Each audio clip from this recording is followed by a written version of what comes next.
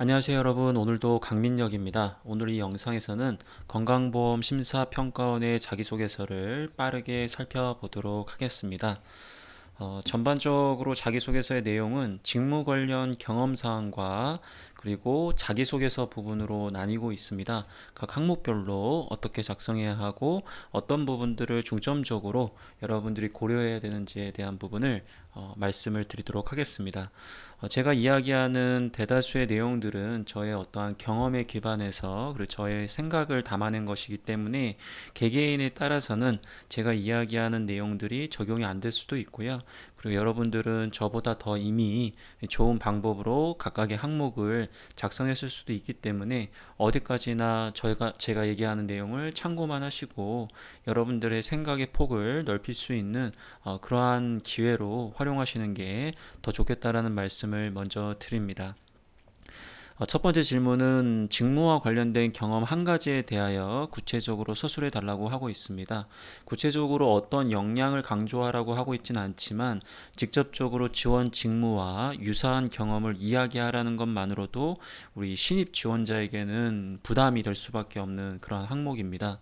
하지만 여러분들이 지원 직무와 직접적으로 연결되는 경험이 아니라고 하더라도 지원 직무에서 수행해야 하는 다양한 역할 중에서 비슷한 역할을 그래도 한 가지라도 수행했던 경험이 있다면 해당 경험을 선택하시고 그러한 역할을 수행하는 과정에서 자신만의 노하우 등으로 어떠한 성과를 냈는지 어떠한 역량을 키울 수 있는지에 대한 부분을 중점으로 강조하시면 작성할 수 있는 그런 내용이 되겠습니다.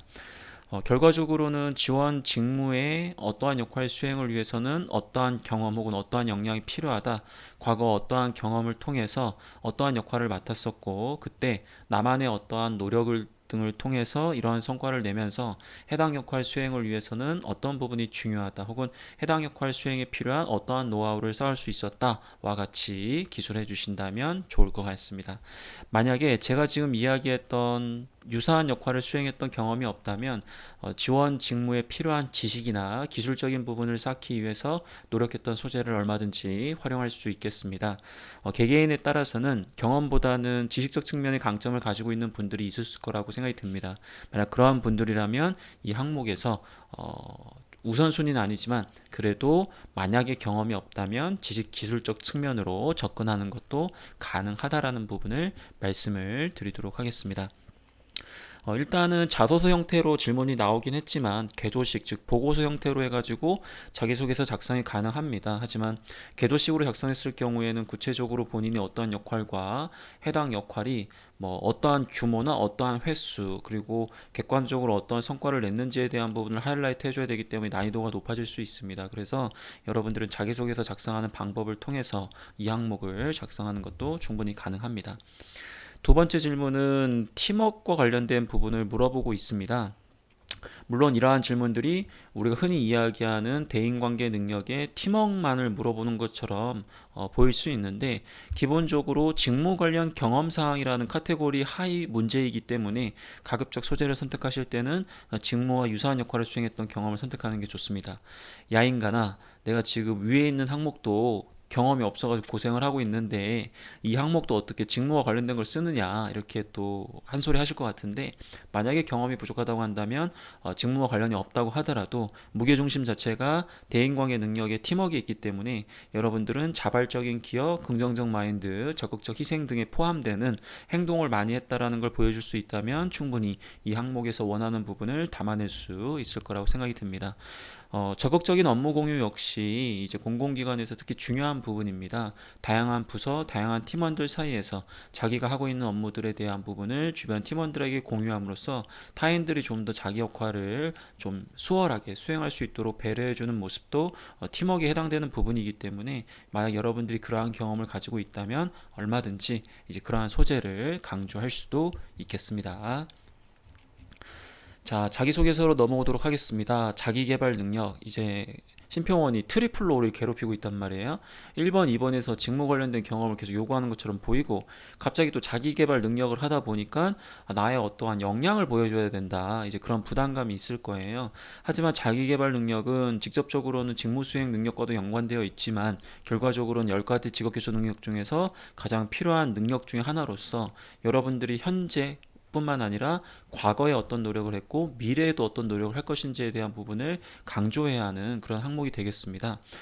이 부분 같은 경우에는 말 그대로 해당 직무에선 어떤 역할 등을 수행해야 되기 때문에 어떠한 직업 기초 능력이 필요하다, 어떠한 직무 관련 지식이 필요하다, 어떠한 직무 관련 기술이 필요하다, 이런 식으로 나와 있는 직무 기술서 상에서 타 항목에서 강조하지 않았던 키워드를 선택하시면 되겠습니다.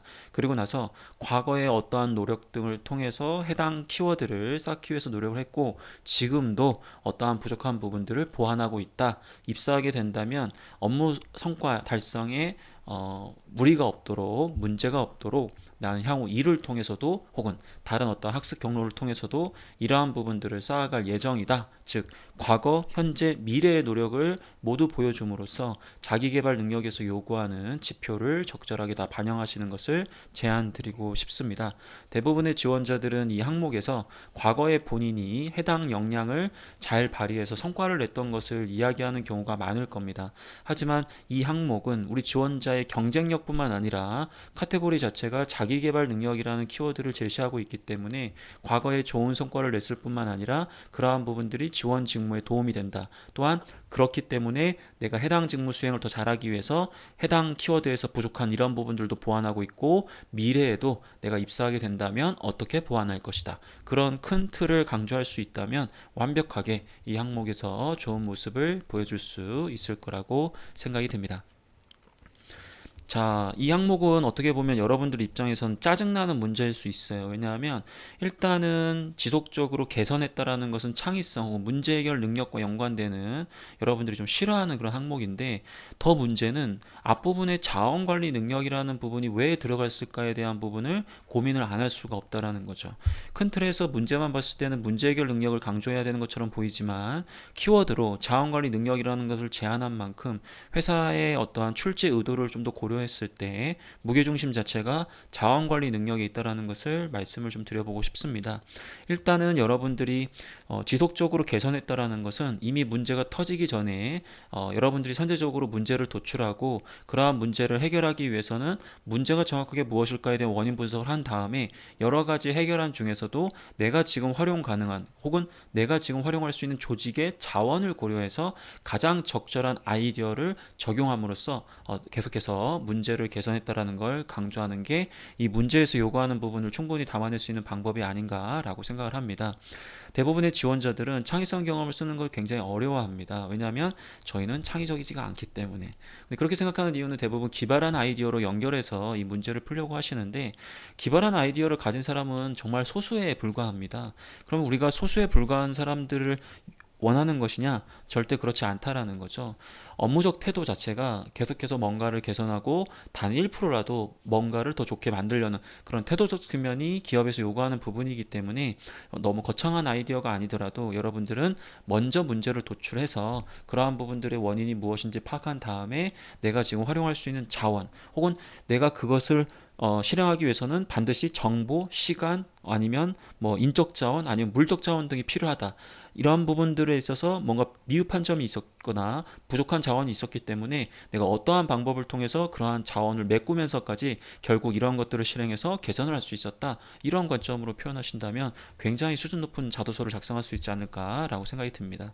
아마도 여러분들이 이 항목 작성하는데 글자 수에 대한 압박이라든지 작성에 대한 직접적인 사례가 없을 수 있습니다. 하지만 제가 이야기하는 내용을 모두 다 담을 수 없겠지만 최소한 이 문제에서 요구하는 자원관리 능력적 관점에서 내가 이 문제 해결을 위해서 필요한 자원의 유형이 무엇이고 해당 자원이 얼마나 필요한지 부족한 자원을 어떻게 확보하고 계획으로 반영해서 실행하는 단계로 옮길지 그러한 일련의 과정들을 어느 정도는 담아낼 수 있도록 노력을 해주신다면 충분히 이 항목에서도 좋은 모습을 보여줄 수 있을 거라고 생각이 듭니다.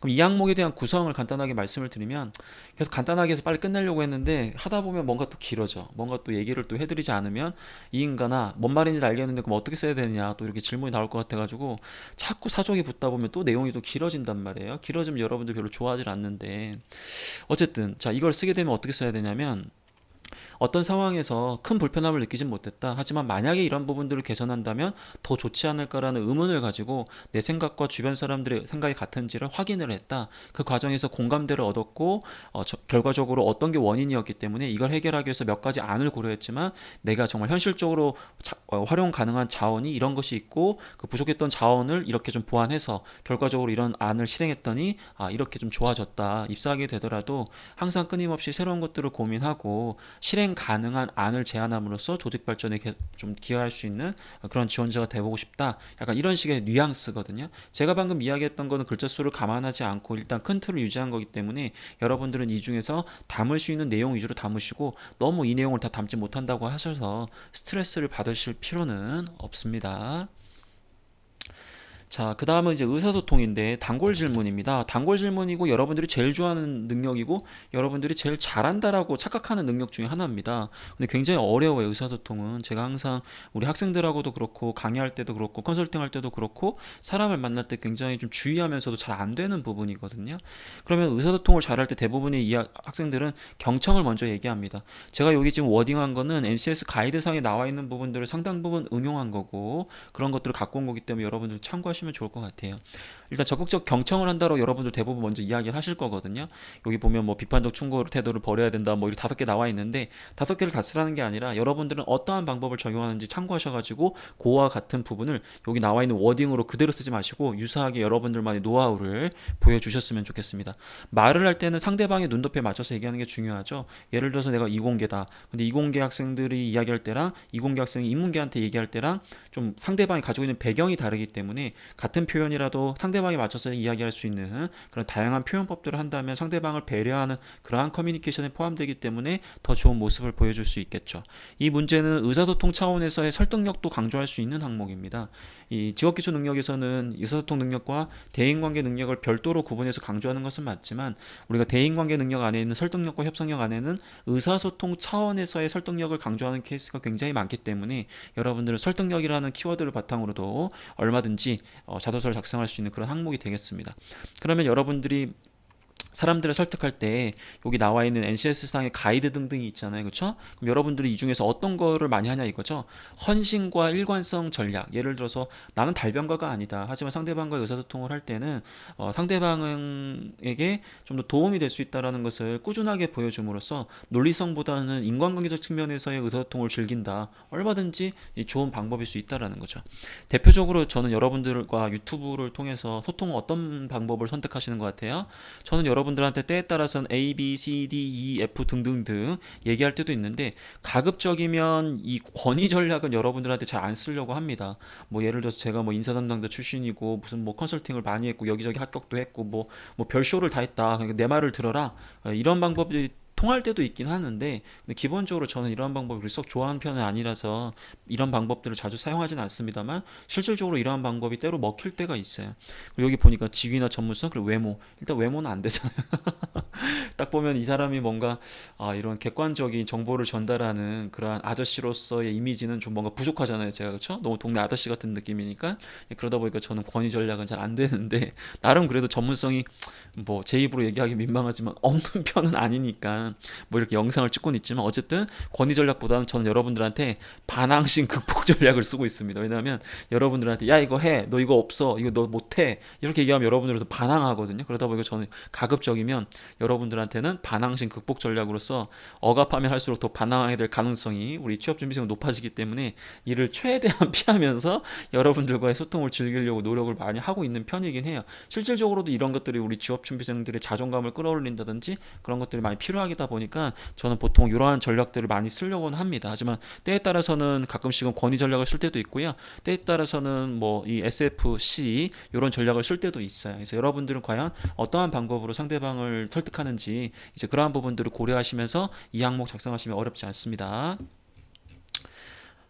얘기가 길어지고 있어. 10분 만에 끝내려고 했는데 어쨌든 좋습니다. 자, 이거 직업윤리인데 단골 질문이에요. 근데 중요한 건 조직의 능력을 어느 정도 담아줘야 됩니다. 여기 있는 거는 NCS에 나와 있는 그냥 구조를 그냥 그대로 갖다 붙였어요. 제가 왜냐하면은 일단 이 항목에 대해서는 제가 그동안 너무 많이 강의를 했기 때문에 별도로 뭐 더 추가적인 얘기를 안 하겠지만 일단은 심평원에 대한 조직 목표라든지 경영 목표, 그다음에 문화를 좀 이해한 상태에서 글을 써야 되거든요. 그렇기 때문에 직업윤리 능력이라는 건 결과적으로 조직 이해 능력을 바탕으로 작성하는 게 굉장히 좋다. 그래서 심평원의 경영 목표나 어떤 비전, 어떤 문화가 이런 게 있고 이런 업무들을 수행해야 되기 때문에 어떠한 직업윤리, 뭐 근면성, 정직성, 성실성, 봉사, 책임의식, 준법서, 직장에서 아니면 뭐 청렴 등이 중요하다.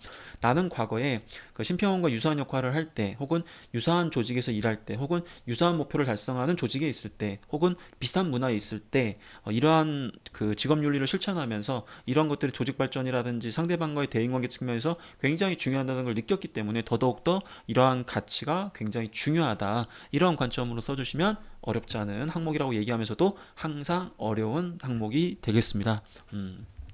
그래서 직업윤리 능력에 대한 부분은 단골 질문이니까 공공기관 지원하시는 분들 입장에서는 이미 여러 번 작성을 하셨을 거라 생각이 좀 들어서 이 정도로 해서 마무리를 하도록 하겠습니다. 자, 여러분들과 간단하게 얘기하려고 했는데 그래도 나름 좀 여러분들한테 도움이 될 수 있도록 좀 설명을 좀 드렸고요. 제가 할 수 있는 거는 뭐 응원과 뭐 이렇게 어줍지 않은 작성하는 방법에 대한 리뷰 정도인 것 같습니다. 결국 혼자와의 싸움이에요. 여러분들이 힘들고 누군가가 격려해주길 기대하는 마음도 이해가 되지만 결국은 여러분들이 혼자 싸워야 되는 이 고독한 싸움에서 여러분들이 그 과정을 이겨낼 거라고 생각이 좀 들고요. 지금 이 어려움들이 나중에 여러분들 인생 살면서도 그 어려움을 이겨나갈 수 있는 어떤 지혜가 될 수 있기를 진심으로 기원하면서 신평원 자소서 리뷰를 마무리하도록 하겠습니다. 오늘도 힘내시고 화이팅 하시고 그리고 저는 잘 테니까 여러분들은 자기소개서를 계속해서 작성하시기 바랍니다. 안녕히 계십시오.